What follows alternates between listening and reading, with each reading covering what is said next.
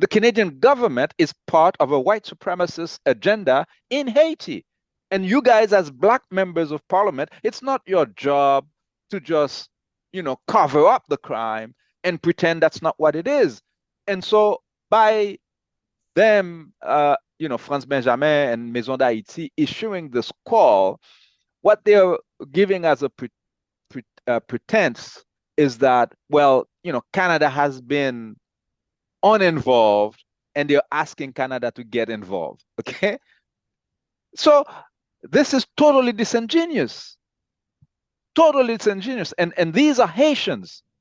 And so, like I said, I am not surprised that, Robert Rodberg and others are spewing all kinds of ridiculous stuff, and they don't respect Haitian sovereignty. They never did. They don't respect any African leadership anywhere on the planet.